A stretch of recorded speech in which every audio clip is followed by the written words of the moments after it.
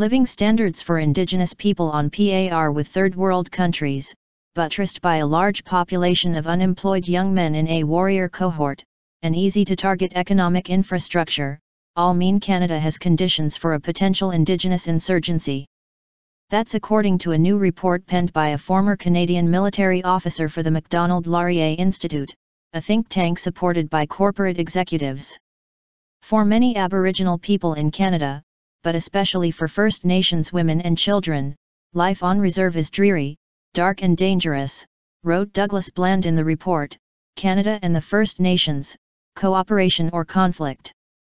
Social fractionalisation significantly increases the risk of social conflict. The phenomenon provides motives for an insurgency, read the report, issued in May. Bland refused interview requests from Al Jazeera, but conclusions from the Queen's University professor emeritus and 30-year military veteran have worried the Canadian establishment, especially in light of Indigenous-led protests associated with the Idle No More movement, and Canada's increasing dependence on natural resource extraction. Ongoing injustice. The Canadian right-wing establishment is seizing on this to justify its own agenda of stricter controls and the continued criminalization of Native people who defend their rights, Tayac Alfred, chair of the Centre for Indigenous Governance at the University of Victoria, and one of Canada's most influential Aboriginal intellectuals, told Al Jazeera. The positive elements of Canadian society, progressive values and social justice, are founded on the ongoing injustice of land theft and murder of Indigenous people. In November, Paul Martin, Canada's former Prime Minister and a business tycoon, echoed Alfred's comments, albeit in a softer tone. We have never admitted to ourselves that we were, and still are, a colonial power, he said. One of the world's most developed countries, Canada is home to about 1.2 million Indigenous people out of a population of 34.5 million. The Indigenous population is rising faster than other demographic groups, despite drastically higher rates of poverty, incarceration and substance abuse. If Indigenous Canadians were ranked as a country according to the United Nations Human Development Index, which measures living standards and life expectancy, they would have social outcomes comparable to residents of Kazakhstan and Albania. Across Canada's prairies, the heartland of the country's agricultural industry and a centre for mining, about 42% of the Indigenous population will be under the age of 30 by 2016, more than twice the youth rate in the non-Indigenous community. The fact that Canada's natural wealth flows unfairly from Aboriginal lands and peoples to non-Aboriginal Canadians is a long-standing and justifiable grievance, the report said. A large number of poorly educated, unemployed young men, a warrior cohort, as Bland put it, provide fertile recruits for militant groups, the report says.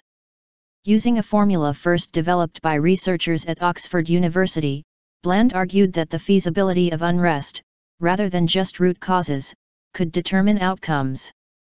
Most of Canada's resource industries, including mines, dams and oil facilities, are located on land claimed by Indigenous people, and attacking such facilities is easily feasible, the report said. Comprising about 4% of the population, Indigenous people make up 23% of Canada's prisoners, a 43% increase during the 5 years prior to 2013, according to a government report released in March.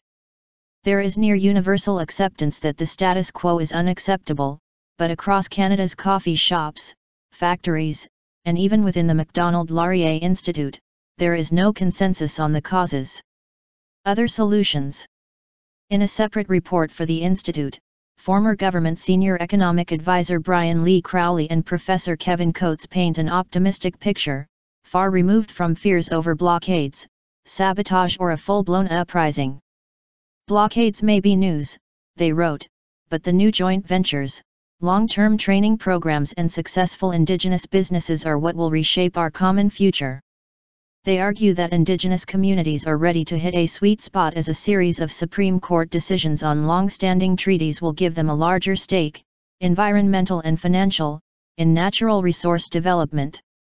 Other intellectuals, however, say support for mines, dams and other mega projects with large environmental costs won't help get people out of poverty, and are contrary to indigenous support for sustainability.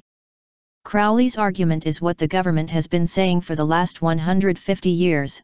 Historical experience has shown that it doesn't work, Peter Kulczycki, professor of Native Studies at the University of Manitoba, told Al Jazeera. The communities that are worst off tend to be close to these resource developments. These partnerships between natural resource exploitation companies and First Nations generate some cash for the reserve elite, but not much in terms of employment opportunities for average people. Especially in northern Canada, many Indigenous people still depend on hunting and trapping for their food, and Kulczycki says this way of life should be preserved through land management deals, the sale of meat and ecotourism projects rather than large-scale developments, which often imperil the land. Financial confusion.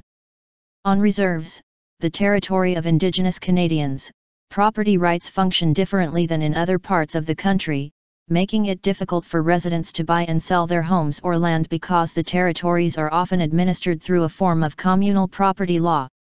Outside large-scale resource extraction, a lack of property rights make business development difficult, conservatives argue, contending that free markets are needed to end poverty.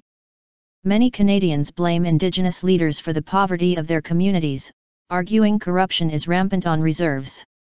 Conservative Canadians often say Indigenous people should leave their traditional territories on remote lands where employment opportunities are scarce and move to cities where jobs, training and education are more easily accessible. After going on a hunger strike and making international headlines in an attempt to draw attention to the dire poverty faced by residents of Attawapiskat, a northern Indigenous community, Chief Teresa Spence faced insinuations of mismanagement in January, after the government leaked an audit showing accounting gaps in more than $100 million of federal transfers to the community.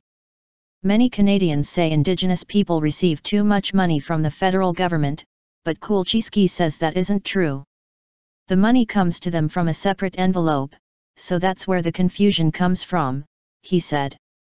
They are actually getting less money than the rest of us on a per capita basis, and that is reflected in the horrifying living conditions people are dealing with. MacDonald Laurier Institute report comes on the heels of renewed interest in Indigenous issues from Canadian society, following Chief Spence's hunger strike and the Idle No More movement, a campaign driven by social media and popular protest to draw attention to poverty and marginalization. Professor Alfred, who fought as a U.S. Marine before joining academia, believes Idle No More is a positive step for education, but its ability to change fundamental social structures is limited. He said he thinks recent reports about a possible insurgency are vastly overblown and based on poor research, part of a political ploy by another ex-military man to gain more funding for a broader crackdown against dissenters.